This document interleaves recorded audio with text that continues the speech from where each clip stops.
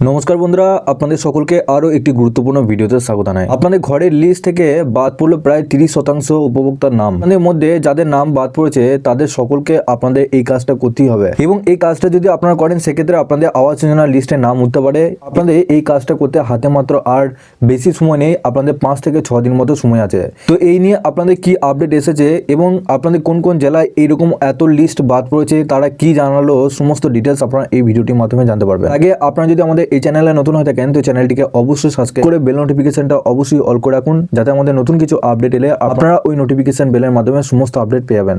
নিচে ডেসক্রিপশনে আমাদের হোয়াটসঅ্যাপ গ্রুপ এবং টেলিগ্রাম গ্রুপটিকে অবশ্যই জয়েন করে রাখুন, ওখান থেকে আপনারা প্রত্যেক দিন ডেলি আপনারা আপডেট পেয়ে যাবেন। আমাদের অনেক উপভোক্তাদের নাম বাদ গেল, তাদেরকে কি জানালো সমস্ত ডিটেলস আপনাদেরকে জানাবো। এখানে আপনাদের বলা হয়েছে, আপনাদের আনন্দবাজার পত্রিকা থেকে এই নোটিশ আপনাদের জারি করা হয়েছে। এখানে বলা হয়েছে, দেখুন, আবাসের প্রাথমিক তালিকায় বাদ পড়লো 30%। আবাস যোজনা প্রকল্পে প্রায় 70% উপভোক্তা যোগ্য হয়েছে। মুর্শিদাবাদ জেলার প্রশাসনের প্রাথমিক সমীক্ষায় সেই তথ্য উঠে এসেছে।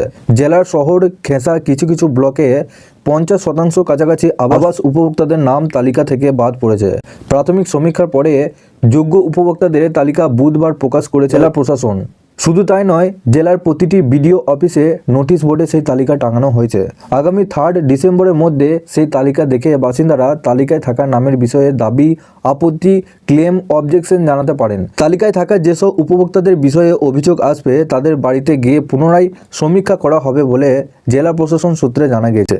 বৃহস্পতিবার মুর্শিদাবাদে অতিরিক্ত জেলাশাসক জেলা পরিষদ মোহাম্মদ শামসুর রহমান বলেন, বুধবার আবাস প্রকল্পে বাড়ি প্রাপকদের নামের প্রাথমিক তালিকা প্রকাশ করা হয়েছে। তালিকা প্রতিটি বিডিও অফিসের নোটিশ বোর্ডে টাঙানো হয়েছে। সেই তালিকা দেখে জনগণ আগামী 3 ডিসেম্বরের মধ্যে দাবি আপত্তি জানাতে পারেন। সেই সব দাবি এবং আপত্তি তদন্ত করে চূড়ান্ত তালিকা আপনাদের প্রকাশ করা হবে। আবার জেলা প্রশাসনের সূত্রে খবর, 2022 সালে বাংলা আবাসের জন্য একটি সমীক্ষা হয়েছিল। সমীক্ষা করে রাজ্য সরকারের মাধ্যমে কেন্দ্রীয় সরকারের কাছে সেই তালিকা পাঠানো হয়েছিল। শেষ পর্যন্ত কেন্দ্রীয় সরকার তাদের জন্য টাকা বরাদ্দ করেনি। এছাড়া সে সময় বাড়ি পাওয়ার অস্থায়ী অপেক্ষমান তালিকা অনেকই ছিল। সব মিলিয়ে মুর্শিদাবাদে 2,94,784 জন মানুষের নাম বাড়ি প্রাপকের তালিকায় ছিল। অক্টোবরের তৃতীয় সপ্তাহে জেলায় বাড়ি বাড়ি গিয়ে সমীক্ষার কাজ শুরু হয়েছিল। এখনো পর্যন্ত জেলার 2,70,995 জন উপভোক্তাদের বাড়ি গিয়ে সমীক্ষার কাজ শেষ হয়েছে। তাতে দেখা গেছে প্রায় 70.10% যোগ্য বলে উঠে এসেছে। প্রায় 4,000 উপভোক্তা নিষ্ক্রিয় রয়েছে। 791 জন উপভোক্তার সমীক্ষার কাজ চলেছে। জেলা প্রশাসন সূত্রে খবর, ডোমকল, বহরমপুর এবং বেলডাঙ্গা ব্লক এলাকার উপভোক্তাদের প্রায় 50% নাম তালিকা থেকে বাদ গিয়েছে। আবার খড়গ্রামের মতো ব্লকে বহু গরিব মানুষের অনেক কাঁচা বাড়ি রয়েছে। এরকম কিছু ব্লকে বাড়ি প্রাপকের তালিকা থেকে কম নাম বাদ গিয়েছে। জেলায় 30% উপভোক্তাদের নাম প্রাথমিক তালিকা থেকে বাদ গিয়েছে।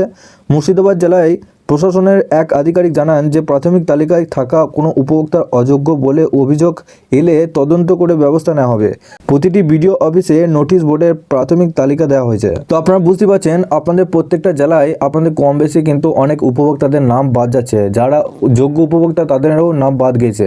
সেক্ষেত্রে আপনারা এবার কি করবেন, আপনারা নিজে ব্লকে গিয়ে আপনাদের একটি করে আপনাদের অভিযোগ দরখাস্ত আপনাদের জানাতে হবে। তার জন্য আমি এখানে দেখুন, এই যে আপনার ফর্মটা দেখতে পাচ্ছেন, এই ফর্মটা আপনাদেরকে ফিল আপ করে আপনাদের নিজে ব্লক অফিসে জমা করতে হবে। এই ফর্মটা কিভাবে ফিল আপ করবেন এবং এই ফর্মটা কোথায় পাবেন সেটা আমি আগের ভিডিওতে দিয়ে রেখেছি, বা আপনার নিচে ডেসক্রিপশনে আমাদের হোয়াটসঅ্যাপ গ্রুপের সাথে যুক্ত হয়ে যাবেন। গ্রুপে আমি দিয়ে রেখেছি, আপনারা অবশ্যই ওখান থেকে সমস্ত ডিটেলস জানতে পারবেন।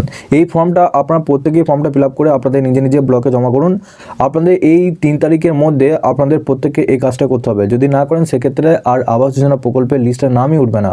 যদি আপনাদের লিস্টের নাম বাদ যায় সেক্ষেত্রে আপনাদের সকলকে এই যে আপনাদের ফর্মটা আছে সেই ফর্মটা আপনাদেরকে জমা করতে হবে। কি বলা হয়েছে, এখানে বলা হয়েছে যে আপনি যে ব্লকে থাকেন, যে পঞ্চায়েতের আন্ডারে থাকেন, সেখানে আপনাদের আবাস যোজনার নাম আপনাদের ছিল, কিন্তু আপনাদের তালিকা থেকে আবার নাম বাতিল হয়ে গেছে। আপনাদের কাঁচা বাড়ি আছে কিন্তু আপনি বাড়ি পাওয়ার যোগ্য, সেই জন্য আপনাদের দ্বিতীয়বার আপনি আবার ব্লক প্রশাসনের কাছে রিকোয়েস্ট করছেন যে পুনরায় আপনাদের সার্ভে করার জন্য। ওই একইভাবে আপনাদের কিভাবে হাতে কলমে আপনারা দরখাস্ত করবেন সেটাও কিন্তু আমি ওই ভিডিওতে দেখেছি। আপনারা যদি এখনো পর্যন্ত না দেখে থাকেন সেক্ষেত্রে অবশ্যই একবার দেখে নেবেন। ফর্মটা আপনাদের সকলকে ফিল আপ করে জমা করতে হবে, তবেই কিন্তু আপনাদের লিস্টে নাম উঠবে। তো আপনাদের আবাস যোজনা প্রকল্পটি যদি আরও আপডেট পেতে চান, আপনারা অবশ্যই আমাদের এই চ্যানেলটিকে সাবস্ক্রাইব করে বেল নোটিফিকেশনটা অবশ্যই অল করে রাখুন। আমরা যখনই নতুন কিছু আপডেট দেবো আপনারা ওই নোটিফিকেশন বেলের মাধ্যমে সমস্ত আপডেট পেয়ে যাবেন। নিচে ডেসক্রিপশনে হোয়াটসঅ্যাপ গ্রুপ এবং টেলিগ্রাম গ্রুপটিকে অবশ্যই জয়েন করে রাখুন। ওখান থেকে আপনারা প্রত্যেক দিন ডেলি আপনারা আপডেট পেয়ে যাবেন।